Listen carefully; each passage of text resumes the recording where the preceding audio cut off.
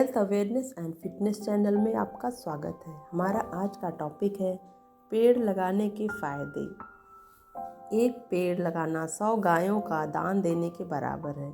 यह एक कहावत है। इस समय जब कोविड-19 की वजह से ऑक्सीजन का संकट पैदा हो गया है, तब सभी को पता चल चुका है कि पेड़ों की अंधाधुंध कटाई करने तथा पर्यावरण को नष्ट करने का परिणाम कितना घातक है।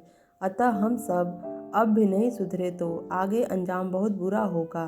अभी से सब लोग प्रण लें कि एक पेड़ जरूर लगाएं तथा परिवार में हर व्यक्ति का एक पेड़ हो और वह इसकी देखभाल करे, जिससे ऑक्सीजन का इतना भीषण संकट न हो और हमारा पर्यावरण बचा रहे, जिससे पृथ्वी पर जीवन चलता रहे। भारत में कोरोना वायरस की दूसरी लहर के बीच हॉस्पिटल्स में बेड और ऑक्सीजन की कमी देखने को मिल रही है। अगर ज़्यादा पेड़ लगाए होते और पेड़ों की कटाई नहीं की गई होती तो देश में कभी भी ऑक्सीजन की कमी नहीं होती।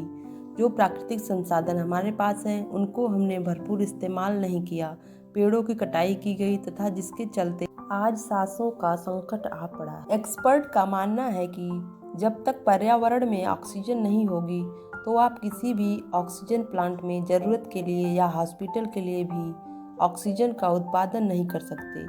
इसलिए बहुत ज़रूरी है कि हम पेड़ों को लगाने का कार्य करें। ये पेड़ पैदा करते हैं लाखों करोड़ों सिलेंडर से भी ज़्यादा ऑक्सीजन। बड़ी बड़ी फैक्ट्रियां भी इनके आगे फेल हैं। कुछ खास पेड़ हैं जिनको लगाने से ऑक्सीजन की कमी नहीं होगी। आज हम आपको उन पेड़ों के बारे में बताएंगे जो ऑक्सीजन ज़्यादा जनरेट करते हैं।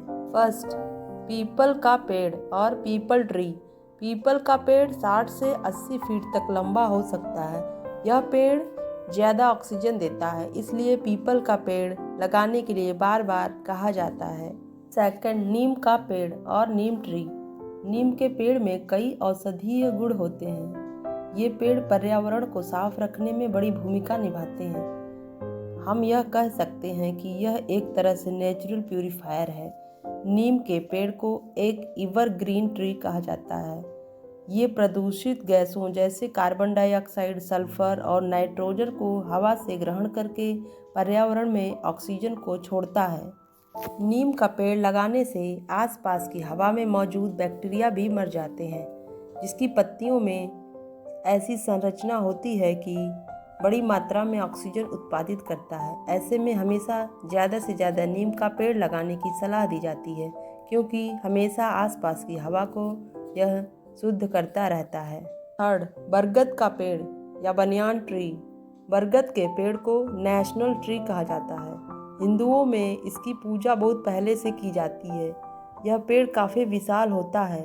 यह पेड़ कितनी ऑक्सीजन उत्पादित करता है, ये उसकी छाया कितनी है इस पर निर्भर करता है। यानी जितना बड़ा और घना होगा उतनी ही ज़्यादा इस पेड़ से ऑक्सीजन मिलेगी। फोर्थ, अर्जुन का पेड़ और अर्जुन ट्री।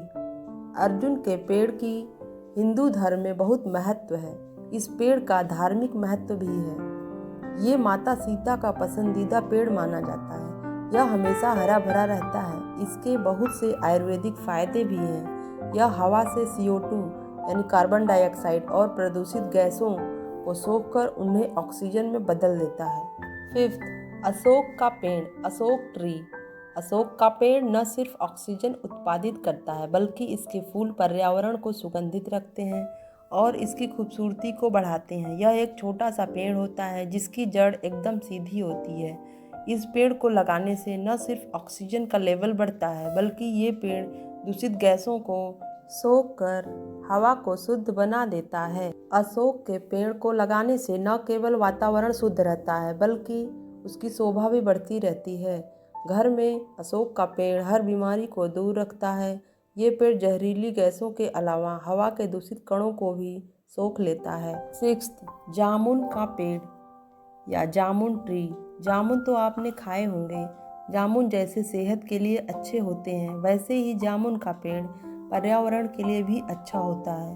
भारतीय आध्यात्मिक कथाओं में भारत को जम्बू द्वीप यानी जामुन की धरती के तौर पर भी कहा गया है। जामुन का पेड़ 50 से 100 फीट तक लंबा हो सकता है। इसके फल के अलावा यह पेड़ सल्फर डाइऑक्साइड और नाइट्रोजन जैसी जहरीली गैसों को हवा से सोख लेता है। साथ ही काफ़ी ज़्यादा मात्रा में ऑक्सीजन भी छोड़ता है। इसके अलावा यह कई दूषित कणों को भी जामुन का पेड़ ग्रहण कर लेता है। इस समय जब कोविड-19 से ऑक्सीजन का संकट पैदा हो गया है, तो हर जगह पेड़ लगाने की बातें भी होने लगी है। पेड़ों को धरती पर ऑक्सीजन का बेस्ट और इकलौता सोर्स माना जाता है, इसलिए बहुत ज़रूरी है कि हम सब मिलकर पेड़ लगाएं तथा पर्यावरण को फिर से हरा भरा बनाएं।